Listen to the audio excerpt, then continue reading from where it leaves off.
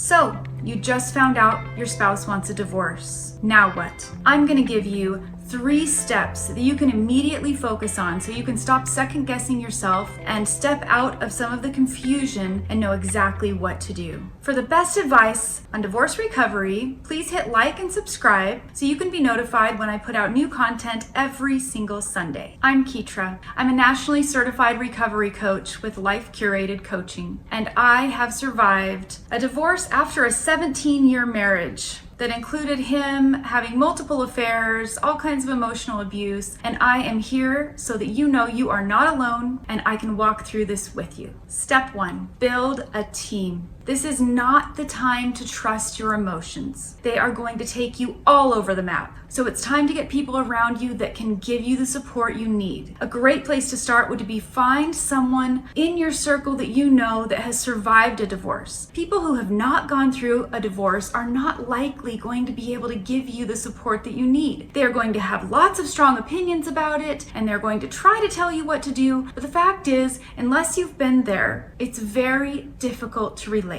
So find someone who has come out the other side in a place of emotional stability, who you can talk to. Next, you're going to want to talk to an attorney. Even if you don't want this divorce, even if you want to fight and figure out a way to make it right, you still need legal advice. It is very important that you talk to an attorney, and more than one if you need to. Don't choose the person who badmouths your spouse and talks about how horrible they are. You want someone with experience in divorce, but someone who is going to be respectful. This is a relationship that's in turmoil right now, but your relationship with your spouse may recover, or if you do go through the divorce, you are going to need to have a functional communicating relationship, and you don't want an attorney who is constantly bashing them. Also, don't share every thought and feeling with your spouse right now. You really don't know all of the details that led your spouse to make this decision. There's probably things they are not telling you. So it is important that you rely on the people that you have brought into your life and created a team with so that they can support you. When you are feeling desperate or down, text or call that person, but don't tell your spouse everything you're feeling. It gives them too much information, and it just creates a dynamic that isn't healthy at this point. Also, when you're sharing information with your spouse, you may not be creating the emotional safety that you need in the relationship right now. If your spouse is critical or yelling at you, or there's just really high emotions in your house, you need to decide what is safe for you right now. Where can you find the emotional, physical, and mental safety that you need? And that is going to be found in people that have been there before. Hire a coach, find a friend,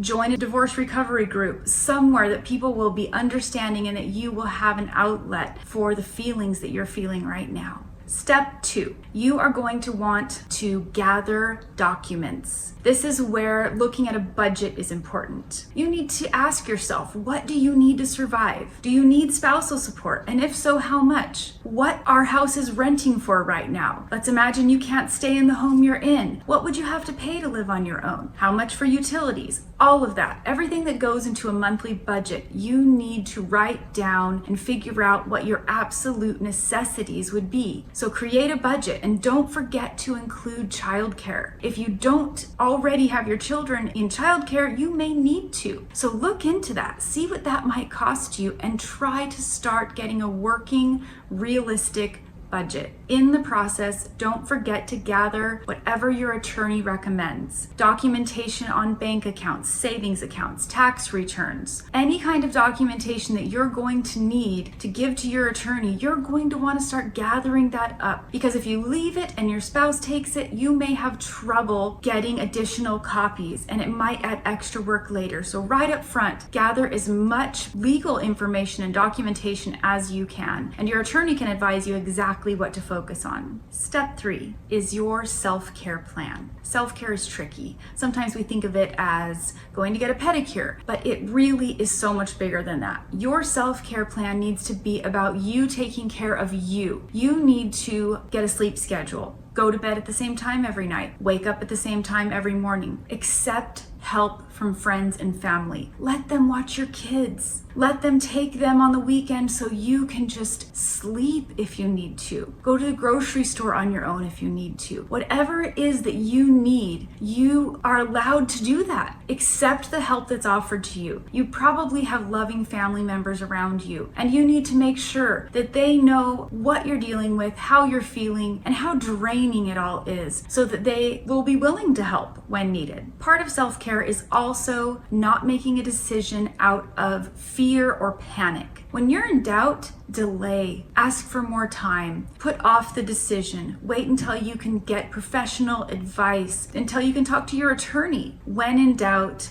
delay. This is not something you're going to have all the answers for overnight. And this list could go on, but these are the first 3 steps that you can take right now so that you can stay in a place of mental, emotional, and physical safety. For more guidance, be sure to check out my other videos on divorce recovery. And like always, hit like and subscribe, and also comment below. Let me know what you're going through right now, and let me know what kind of topics you'd like me to cover in the future. As always, if you're interested in one-on-one coaching, please see my link to my website in the description below. And until next time, curate a life by your own design.